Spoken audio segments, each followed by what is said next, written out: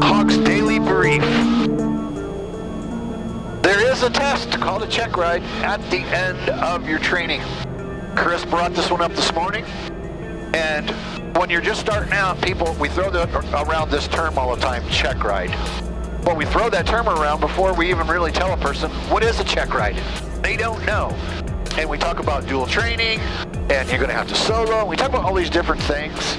But Chris said, hey, let's do a video on, there is a test at the end of your training. So elaborate a little more on that for us, Christopher Hauser. So when we're doing our training, when I'm teaching someone, we're going by what we call the practical test standards. There's a booklet that tells me what my student has to fly the maneuver. It gives me the tolerances of each maneuver, and we're flying to that standard. So at the very end of all this training, the student, I'm the instructor, at the very end, the student goes to what we call the Designated Pilot Examiner, the DPE. And you might see a DPE here later getting quizzed by Kenny here. Anyway, coming up. So anyway, at the end of the training, when we decide that the student and the instructor feel that the student is ready, then we'll schedule him for the practical test standards, what we call the check ride with the examiner. So he will go to the examiner will come to him. It's probably someone that he has never met before, so that's already making you nervous. At least here at Goshen, our examiner is right here. So a lot of times my students will meet the examiner 2 or 3 times before they even go. Sure. But anyway, yes, at the end, when you're finished with the training, when you got everything done, you're gonna go to what we call as the check ride. And that's what the DPE, who will examine or who will administer the test. And it's nothing new. You're not going to see anything new that we have not done before. If your instructor has properly prepared you. That is true. That is correct. But the examiner is not going to surprise a maneuver on you. He's not going to ask you something that, he's only going to ask you things that you should know. And again, I don't send my students unless I know that you're ready for it. So, but yeah, so some people don't understand that, yes, you train with me the entire time, but at the end, I don't just sign you off and say, okay, you got your license. You actually have to go take what we call the check ride with an examiner, and he will administer, and he'll just go right through the maneuvers, everything that we've been doing. I should say that before you actually do the flying, though, that there is an oral exam or an oral session that the examiner will talk to you. You may spend an hour in there, you might spend 3 hours. It all depends on how well you've studied and how he likes the questions or your answers. So you'll train.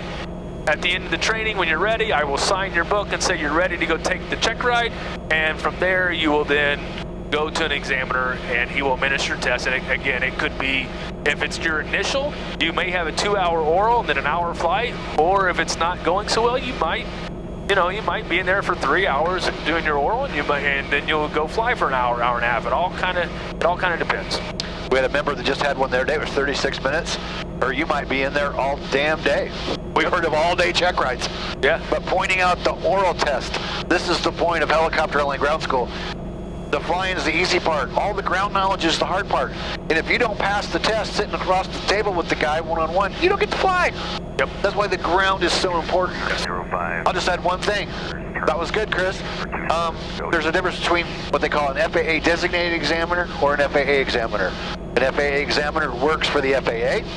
He's not getting paid, but more than likely, he's probably going to want to spend the majority of the day there. Could be, maybe not. Yeah. A guy that's a designated examiner, he doesn't work directly for the FAA. He's probably got another job, but the FAA allows him to go submit these tests. But this guy you have to pay. That's the only reason I'm telling you this is from my experience. The FAA examiner, he was definitely tougher than the designated examiner. And people, this probably shouldn't be that way, but let's be transparent here. In the real world, but free. So let me get this straight, if I remember right.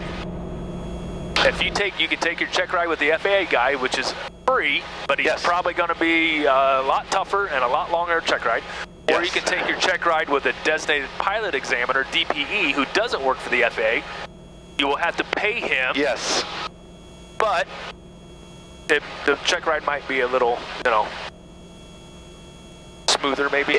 Let's use that terminology. Right. Might be a little smoother. I failed my first private pilot check ride, and I took it with the FAA examiner. Nice guy, but he was tough, man. He was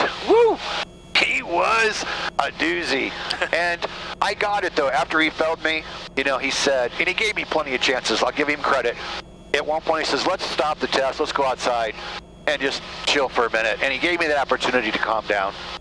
And then he goes, okay, you feel better now? We've talked a little bit. Yeah, let's go in and continue. And at a certain point, he just had to stop it. And he said, I don't want to come to your accident. He said, when I ask you a question, and he used the example of starting with power, back when I started, we would say 30, 20, 10, because that was the general rule back then. It was airspeed less than 10. Now we say airspeed less than ETL, but he's like, if I ask you about starting with power, I want to hear 30, 20, 10.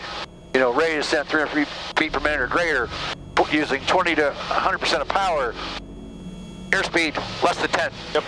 I want to hear it boom, boom, boom. I don't want you to stumble on your answers, because if you're stumbling here with me across the table, what are you going to do when you're in the aircraft alone and something happens?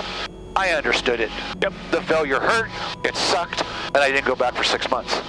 But good news is, I went back, started training again, aced the next one, and here I am years later, and I make a living teaching ground school and flying. And that failure was a part of it. That failure was a part of my whole entire career and livelihood. Without that failure, I'm sure I'd be doing something different. Yep. Quick radio call. Goshen traffic, helicopter 763, Sierra Hotel, 3 mile final, 27, Goshen. All right, if our cameras are still rolling. Yeah, that one. Did you see the Yep. low battery came on? That's why I was pointing at. Yep, I almost stopped, but this one is still going and that one's still going, so I'll finish that one up. All right, so that's going to wrap up today's Helicopter Online Ground School Daily Flight Brief. We're going to keep it a secret for what's coming up next. Okay. But we'll be sure and make it extremely cool and extremely fun and exciting. You're going to be so blown away by the end of the next one, it won't even be funny. It's a lot of pressure. That is a lot of pressure. All right, we're going in for a landing. Time to go eat. We'll see you in the next video. After you subscribe, click that little bell. That way you will be notified of the next and every other Hogs Daily Brief. Oh yeah, by the way, hogsdailybrief.com. Create a easy link to go to the playlist. 905 Victor, turning left, downwind for 27, Goshen. hogsdailybrief.com. Peace out. Woo! Goshen traffic, Copter 3, Sierra Hotel, short final, 27. That's a lot of talking.